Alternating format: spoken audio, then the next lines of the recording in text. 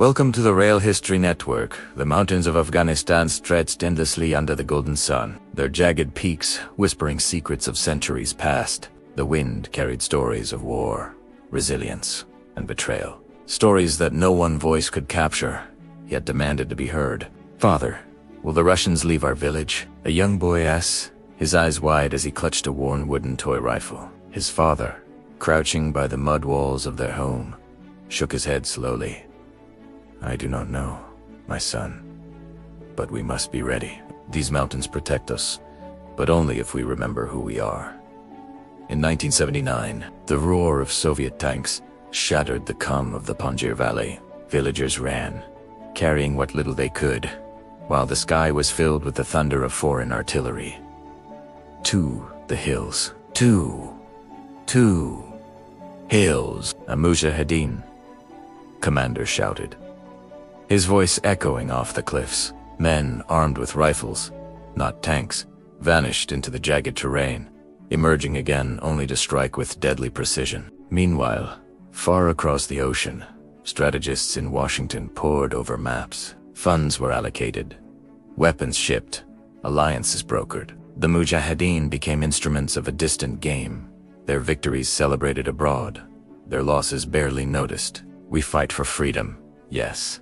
But whose freedom?" an Afghan fighter muttered to his comrade, cleaning his weapon beneath the shadows of an ancient pine. The Soviets withdrew in 1989, leaving Afghanistan battered, broken, yet unbowed. But peace was a fragile illusion. Warlords carved territories with bullets and fear, and Kabul, once a jewel of Central Asia, became a city of rubble and ghostly echoes. It was then the Taliban began to rise. Young men, hardened by years of war, armed with ideology and conviction, moved with precision across the deserts and valleys. Their message was simple, their methods terrifying.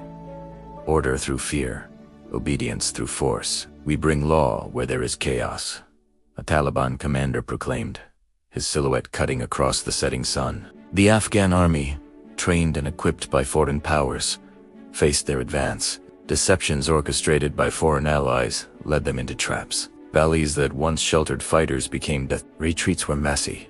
Soldiers abandoned supplies, and civilians bore the brunt. "We trusted them," an officer whispered to his companion, voice trembling as they hid among the rocks. "They promised support, but when the moment came, they left us alone."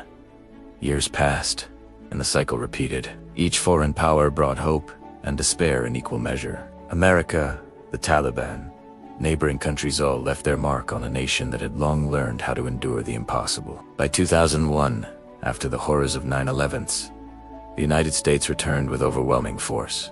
The Taliban were toppled, yet Afghanistan's soul remained wounded. Cities rebuilt, only to crumble again under the weight of insurgency. "Why does this happen again and again?" an elderly woman asked, staring at the ruins of her home. "Have we done something to deserve this?" Her grandson, barely 10, clutched her hand. "Grandmother, perhaps we are learning something. Something the world will only understand one day."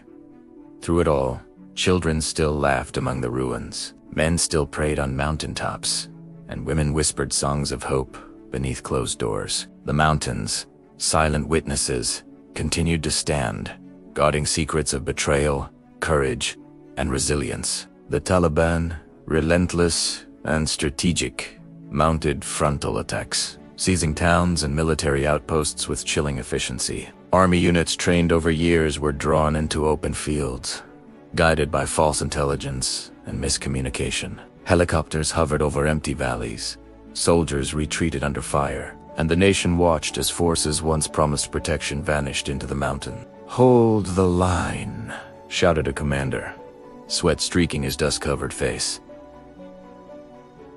"We must protect our people," but the mountains swallowed many, hiding the truth of who advanced and who fled. Civilians fled alongside soldiers, carrying what remained of their lives. Every home burned, every market emptied, every prayer carried across the winds of despair. By 2021, history seemed to circle back. The same mountains, the same valleys, bore witness to the Taliban's resurgence. Cities fell, not always by battle, but by negotiation, fear, and strategic deception. Foreign powers, exhausted and disillusioned, retreated once more, leaving behind the echoes of promises broken. "We are still here," a young teacher said, arranging books in a makeshift classroom.